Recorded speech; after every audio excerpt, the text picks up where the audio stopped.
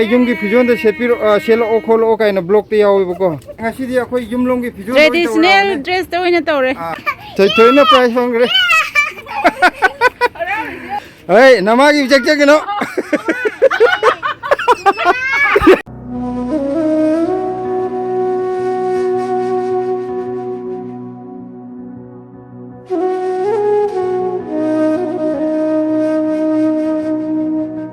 Akoy game am sana duine buko game je kai doge bu sigi konji de sing hape ba si hapa ga purani dana amit khumjan duine ba hana mit khumjalaga hana round amani ungaga chalani ba mit khumjalaga sida pa si konje sing yauri buko si pura chalaga to ada glass am leje khangbra asono namune ada glass am leje ajidai da hai ga dawa mit punjalaga ado kai gumba glass ida pik thana hai banga ma ba adu oitadi lupachama aduga sum mathang to buduna akoi game kya rak chana jiga ahum chana jira mangar chana jira ahum lok chana je ahum lok chana bagi si paisa lai re ado kano to rani angam buduna paisa launa rani yare ko maya madu di akoi mayam dress up sing bio ngasi di akoi yumlong gi pijo traditional dress to oina tore ai yadre nu sit chat bagi ai sa jing ngang mani man je di lai se de khongje ke setna Ado paisa je kada tham jige saida ama thamge ko paisa ja kano to na ko ako lupa chama si chama je sigi price e kano ta to ge aham ba hai baji ge price e kano ta thamna ba si morok se thamge ko thama ubra oi si da thame sona khangi si da thama yam phajana una pa alla ko si le to akhoi se lupa chama ko pa allo ka sang hallo si da ni da mo kan ta yare si lupa chama akhoi price aham bagi on thokre nangon dagi price kachu kai de ado akhoi ngasi ka tu pigeon je silajo akhoi yumgi akhoi kai no da yumgi pigeon de shell okol okay na block te yaw ko mayam bu khurum jari ai loina ma khangjai loina ma ujai loina ma yengjai ada akhoi je firon marang kaina leitaba yumda thoka kan da bu porani buko adugi na hangai setabne ada firon je akhoi gi lai gi na tongana amadu thambane buko atai je na sum kano ta budu sesana budu nungai te na silana thoiju sida leire blesi hai thoro hai hai heyo adu je akhoi mayam game horage ko aina ungoi hagana nang nasana round ama ungo ai ko yang awal mama ko yang awal ko du kan ungandra me maje angon lak so khona kitang thoro ma pa chan ge nasado angonda aina wangang je ta da bro yare chap char sidi pai re pai di chumine nang ko kan ungu ne ai ising pairo ai chap chan thama ke banang ko sidi loi pai thokre pai di si chumine mama thoi lumjala kana yare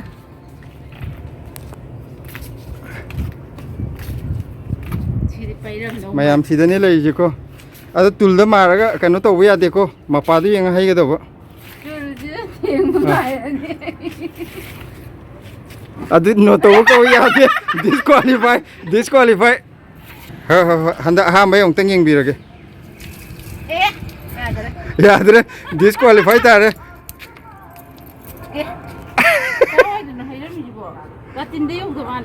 yaudre hogi adum thamu thoi sila disqualify ta me aduna sigi lupacham je hogi makalam na pae leiri kanam ta gi manak ta changdri hogi genge thoi mung ta urage ra thoi di nakshan halo ma ungaro thoi si jina ne ngakho dengo to sonda hanam ta talakho silam ta sipura ga ne sidai sing haidoi ba okay khangani ko swai de yar thamal le du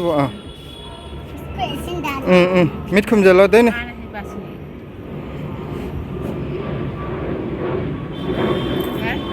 se sipairo aduga glass de sing hairo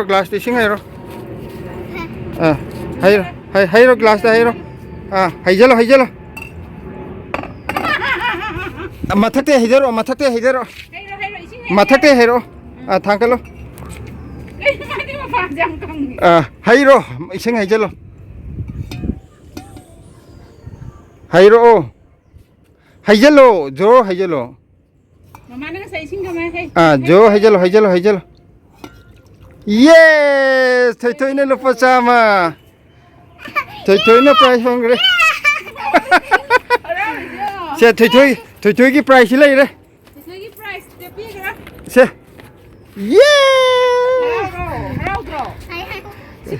thoi paisa kadai no thoi price kadai no wow yeah dik thoi na to lupa cham phangre to blessina lupa chama phangre blessina tu kai lai dei no paisa tu ka dau dei no kai lai dei no se to mathangi ai sa je paw mai phau phong na bo ngam dri ma ya dri haidi si hangaga si khumni si hangaga si khumni si ma i hei hei si aina ka no ki be mathang da mung lok thok ya re ba si na min ki lo ya dra nang ki ya ga dra ngo ai sim na ma age ai mi ru sela ke ko ya ine ai na dum ungage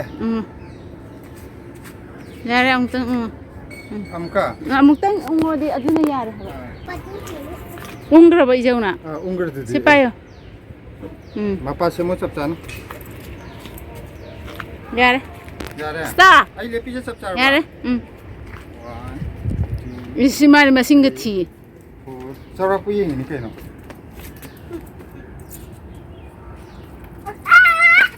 Bikale aya nana machinga thira ga jale aina ipanga pangawe ai je dum khara di pang bane je dum se dum ta ado ai di kano loksing kano nate ba ai du di straight ne ba aina tawjari sina ma ado nang to ge rai ha to ko ro ahum lak to ne na nang adum tawro ai adum to ro ahum lak sudri bo ai anok se lok ko ni ko mane ai par ke mit si phajana ki yam ai mit pang de ko maya mit pang mo ma ni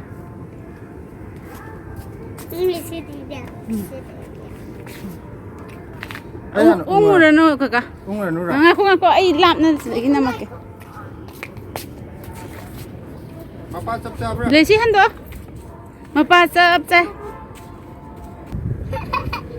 mas karai gi chiting hana ki horo nang na sana yeng jaro ungaroi dam ni na mapa sana bu do yeng horo mana khongka masing thi dana mana bis kok ti lei bani ko sinu pa je हो गया है हो गया अबे काये हो गया sipai ro ya re ngai ko aina haira akan da 1 2 3 4 5 ngai ko anjalo ra hanjalo de dai dum le ai sa maram kya mo dema ba thale big thale sun injin gre ana silem re ne sida lai kai no gilas tu bai thu na yung khatli ne tu thalle yare nang as tu ele pa sa mo je pak phangna rui duri ba kan blesi to ge ha che papa na pai bi ge ko thoi na pai yo ye ma je ngasai paisa phangi da ge amka tau ge mama hana to holo aduga amung nang to na ba adum semo lai ro je han ai lai chap chare sila nang sai kya no mai ko manga ai ga nang ga kara me sa ne ai tar ku do da adudi nang bab sa jo kai no khongka ki makha pole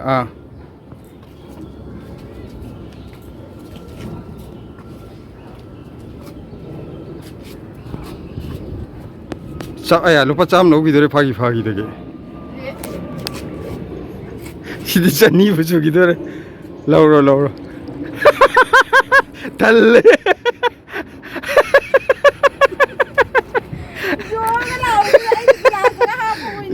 yare na ama wali Chị cái này hay bây giờ. Ai nè sai chân vào đó.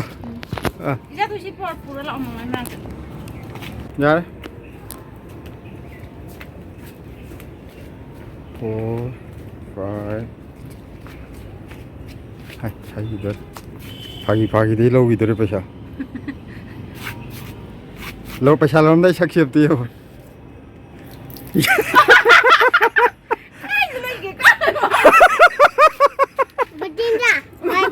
Batin dah. Nang gitu sih batin tuh ya itu coy. Cuma nang lah, ayo. Buka bisa kau ke? Yare. Wah, hendak pura kainogi Mars Parsat pagi kucat ni mas lah. Hendak tek terlalu lagi paisa aja hendak lem thawe ya dari sini mak. Thôi karan tau. Glass pa na ising ay bam dami. Hey, namagi check no.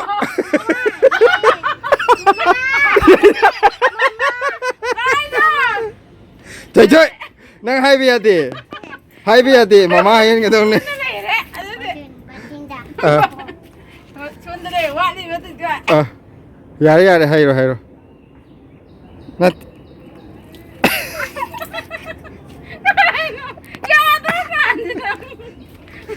Nang glass matuon na ni hay dito. Ano dia, anak pati ay ni hela, ay ni pasali. Sa thuy gi singam ta happy siya. Madi ure na ni ngasai. Ma ngasai lupa sam lo gi khadrak tor lo wo ile me. Mami se tanggali. Udah bayar. Pura. Chalo. Mamaya pa ako yun. Hayro.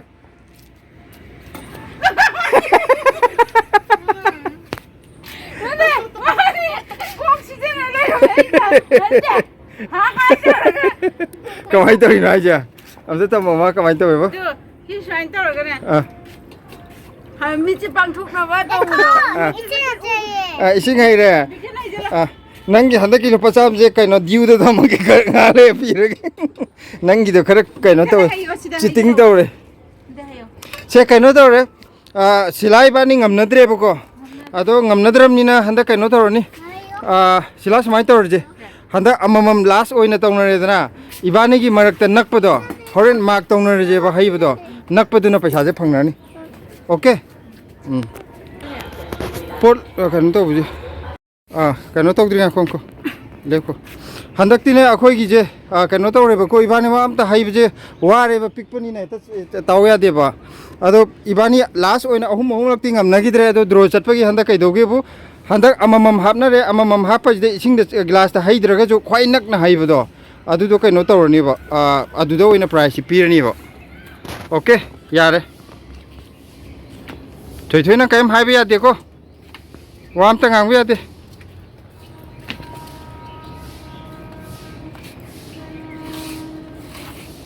khong na kaur ma ba ya de nangi kaino do dak to ai heoge si video da jumi urangoni si ma pa jan na ham tai je yare ko si gi ma pa je sumai hai ba sai ma pa da pasta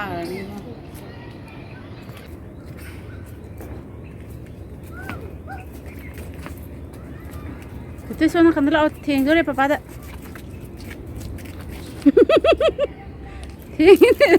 Talle.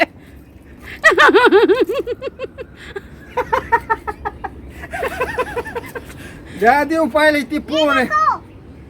Aham itu log dui ni ba ko itu di kan sok di. Khange to aham ba haibo do sai de ne ba. Se silana ta gre cha ma ji silana ngam gre. Chawnga na ma na lo gre cha ma na aina. Chama silagi chama. To blesi ga ma lotri phau gre. Short na ngam de. Aina kaino dana short video sema dana lupa chonga thana bidana aina ngamba. Nungai te do khoi comment da takpiro nungti gi chap mana ba blog nam du sina khitang tongan gadra na sumaina mung namjar ko ne ba ko haidi marak ta oina ba khitang mathel mo ina sum yalak wa ꯑꯗꯣ ꯀꯩꯅꯣ ꯇꯧꯔꯒꯗꯤ ꯃꯊꯪꯗꯁꯨ ꯁꯤ ꯅꯨꯡꯉꯥꯏꯕꯤꯔꯒꯗꯤ ꯇꯣꯏꯅ ꯅꯠꯇ꯭ꯔꯒꯁꯨ ꯃꯔꯛ ꯃꯔꯛꯇ ꯑꯩꯈꯣꯏ ꯁꯨꯃꯥꯏꯅ ꯌꯥꯟꯖꯔꯛꯀꯦ ꯑꯩꯈꯣꯏ ꯏꯁꯥꯅ ꯁꯥꯖꯕ ꯄꯨꯊꯣꯛꯆꯕ ꯒꯦꯝꯅꯤꯀꯣ ꯁꯦ ꯀꯩꯅꯣ ꯇꯧ ꯅꯨꯡꯉꯥꯏ ꯅꯨꯡꯉꯥꯏꯇꯦ ꯑꯩꯈꯣꯏ ꯈꯪꯗꯦ ꯁꯨꯝ ꯀꯣꯛ ꯁꯥꯒꯠꯂꯒꯦ ꯁꯤꯂꯥ ꯁꯨꯃꯥꯏꯅ ꯇꯧꯁꯤꯅꯦꯅ ꯁꯨꯝ ꯏꯕꯥꯅꯤ ꯇꯥꯟꯅꯔ ꯇꯧꯔꯛꯄꯅꯦꯕ ꯑꯗꯣ ꯉꯁꯤꯒꯤꯗꯤ ꯃꯌꯥꯝ ꯂꯣꯏꯁꯤꯟꯖꯔꯒꯦ ꯃꯊꯪꯒꯤ ꯕ꯭ꯂꯣꯛꯇ ꯑꯃꯨꯛ ꯎꯅꯔꯁꯦ ꯑꯣꯀꯦ ꯕꯥꯏ ꯕꯥꯏ